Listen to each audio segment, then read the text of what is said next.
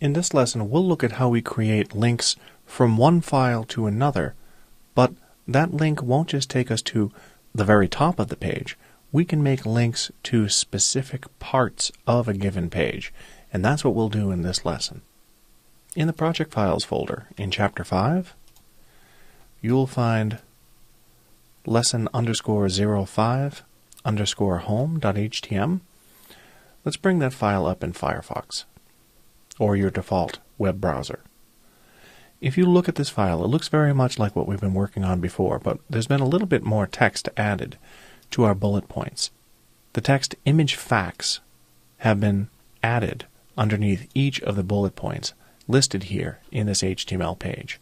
And we can see that if we open lesson_05_home in our text editor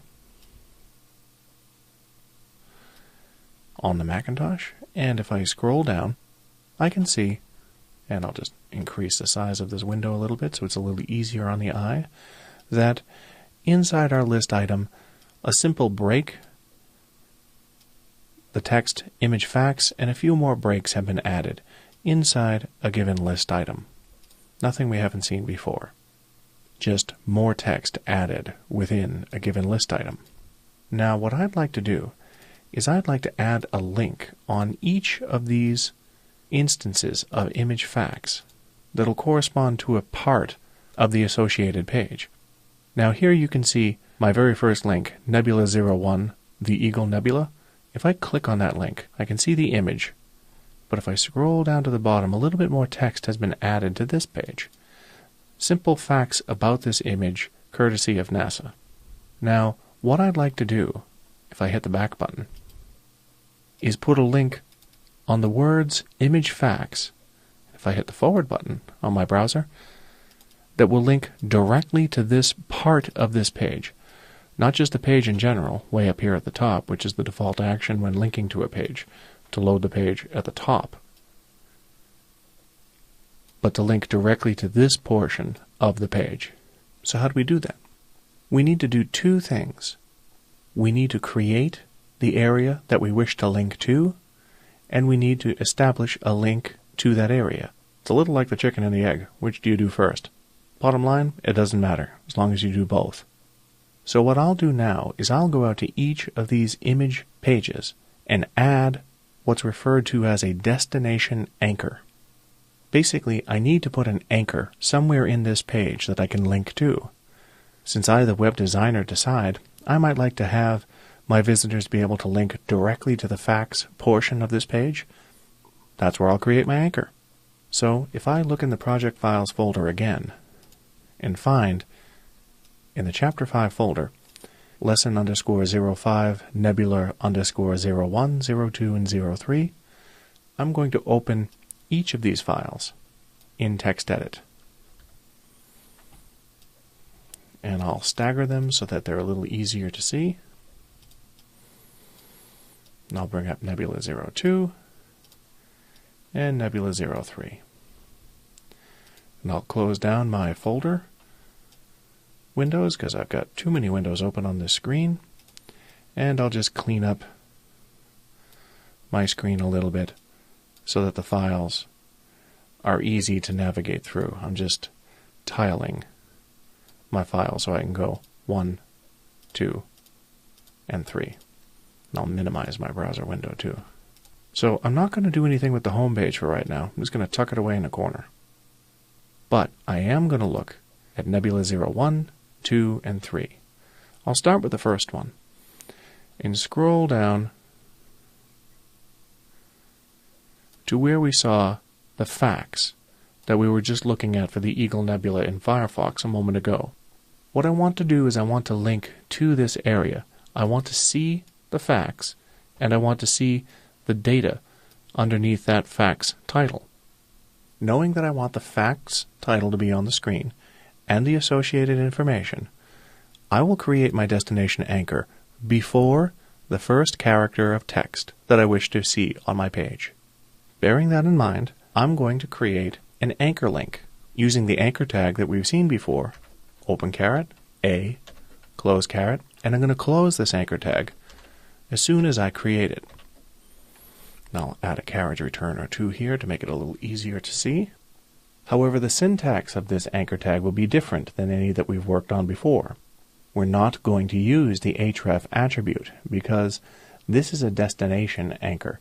This anchor will not actually go anywhere. It's just going to sit there, and it's going to have an ID and a name attribute on it that allow other links on our pages, or pages on other people's websites for that matter, to link to this portion of our page. I'm going to click inside my opening anchor tag and type space, and then I'll type name equals quote quote, and then I'll hit another space, and I'll type ID equals quote quote. We've seen the ID attribute before when we were using cascading style sheets. We're not using styles on this ID, but we are using this ID attribute so that we can create a named instance of a destination anchor. And remember what we talked about earlier. When it comes to IDs, generally speaking, we only want to have one instance of a unique name associated with an ID on a page at any given time. So the name we specify for this ID should not be used anywhere else on this page. Now, since we're creating a destination anchor for the facts portion of this page, I'll name this ID facts, and I'll give the same name facts as a value inside my name attribute. The name attribute comes to us from previous versions of HTML. It will be retired at some point in the future. But for right now, in the XHTML 1.0 transitional version of the HTML language, to create a destination anchor, we want to use both name and ID, and the value that we'll specify for both of these attributes will be the same name, in this case, facts. Now, I'm going to select this line and copy it into memory. Since the format of each of my 3 pages is the same, each of the 3 pages are presenting a series of facts at the bottom describing the image above. I'm going to create a destination anchor in each of my 2 other pages that has the exact name as the one that we've created in this file. It's perfectly fine for us to have destination anchors with the same name as long as they occur in different files. You don't want to have multiple destination anchors with the same name in a single file, but it's perfectly fine to have them with the same name in separate files. And in this case, it's desirable to have them with the same name because the page structure is the same file to file. So I'm going to switch over to my second Nebula image file, and I'll scroll down to the bottom of this growing web page, and I will locate the facts section, and I'll hit the return key on my keyboard a few times, and then from the edit menu I'll select paste to paste in that named anchor that we created a moment ago, and I'll click save, and I'll switch over to my third and final image file, and I'll scroll down once again and locate the facts portion of this page down by the bottom, and from the edit menu I'll select paste or command V, control V on the PC, and click save. I don't think I saved the first file, so I'll save that as well. Now I have a destination anchor above the facts section in each file. Well, that's nice, but that doesn't do us any good unless we do something with it. So I have destination anchors. I essentially have 3 places that I can go. Now I need to go to those places. So I'll bring Firefox back up, and I'll back up to my home page. Now, what I'm going to do is add links on each of these blocks of text that read image facts, but I'm going to add another parameter to my link syntax to link to my anchor links. First, I'll go over to my opening, my first image facts text reference in my first list item, which we can see here in our web page. I'll switch back over to the HTML, and I'm going to add a link on these words, image facts. I'll start just by creating the opening and closing anchor tag around the words image facts. Then I'm going to add an href attribute as we've seen before, and the link to the file that we wish to go to, which is the exact same file name as specified in the link above, which I'll just type out.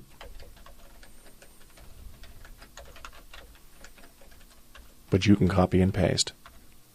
But what I need to change here is to add something. I've created my link, and this is a perfectly valid link, which will take me to Lesson 05, Nebula 01, on the words image facts. But to get to that named anchor down by the bottom of our page, which we named facts, all I need to do is after the file extension, the .htm, on our image web page, I'm going to add a pound symbol and then the name of the destination anchor, which in this case is facts. Now if I save this file, switch over to our browser, and hit reload, image facts becomes a link, and if I click on it, we link to the associated file, but we link down to the bottom, down to the facts section. Notice that my right-hand side scroll bar is all the way to the bottom. If there was more text on this page, facts would be flush up against the top of the page, and all the remaining text would be displayed below. So our link is working. Now, I'll switch back to my HTML file and add a link to the facts section for each of the 2 remaining image facts blocks of text. What I'll do is I'll copy the existing links because I know they work. I only need to modify them. Rather than take the risk of making a spelling mistake, I'll copy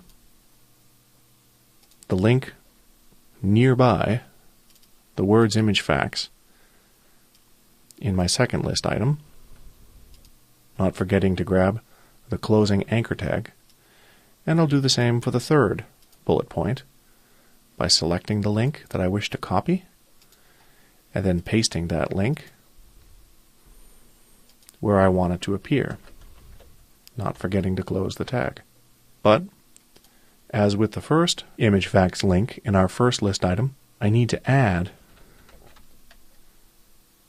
the facts named anchor to each of these link references for these links to link to the corresponding facts section on those pages. Now from the File menu, if I select Save, switch over to my web browser and back up and reload and test out my image facts links, they should take me to the corresponding parts of the associated pages, and they do.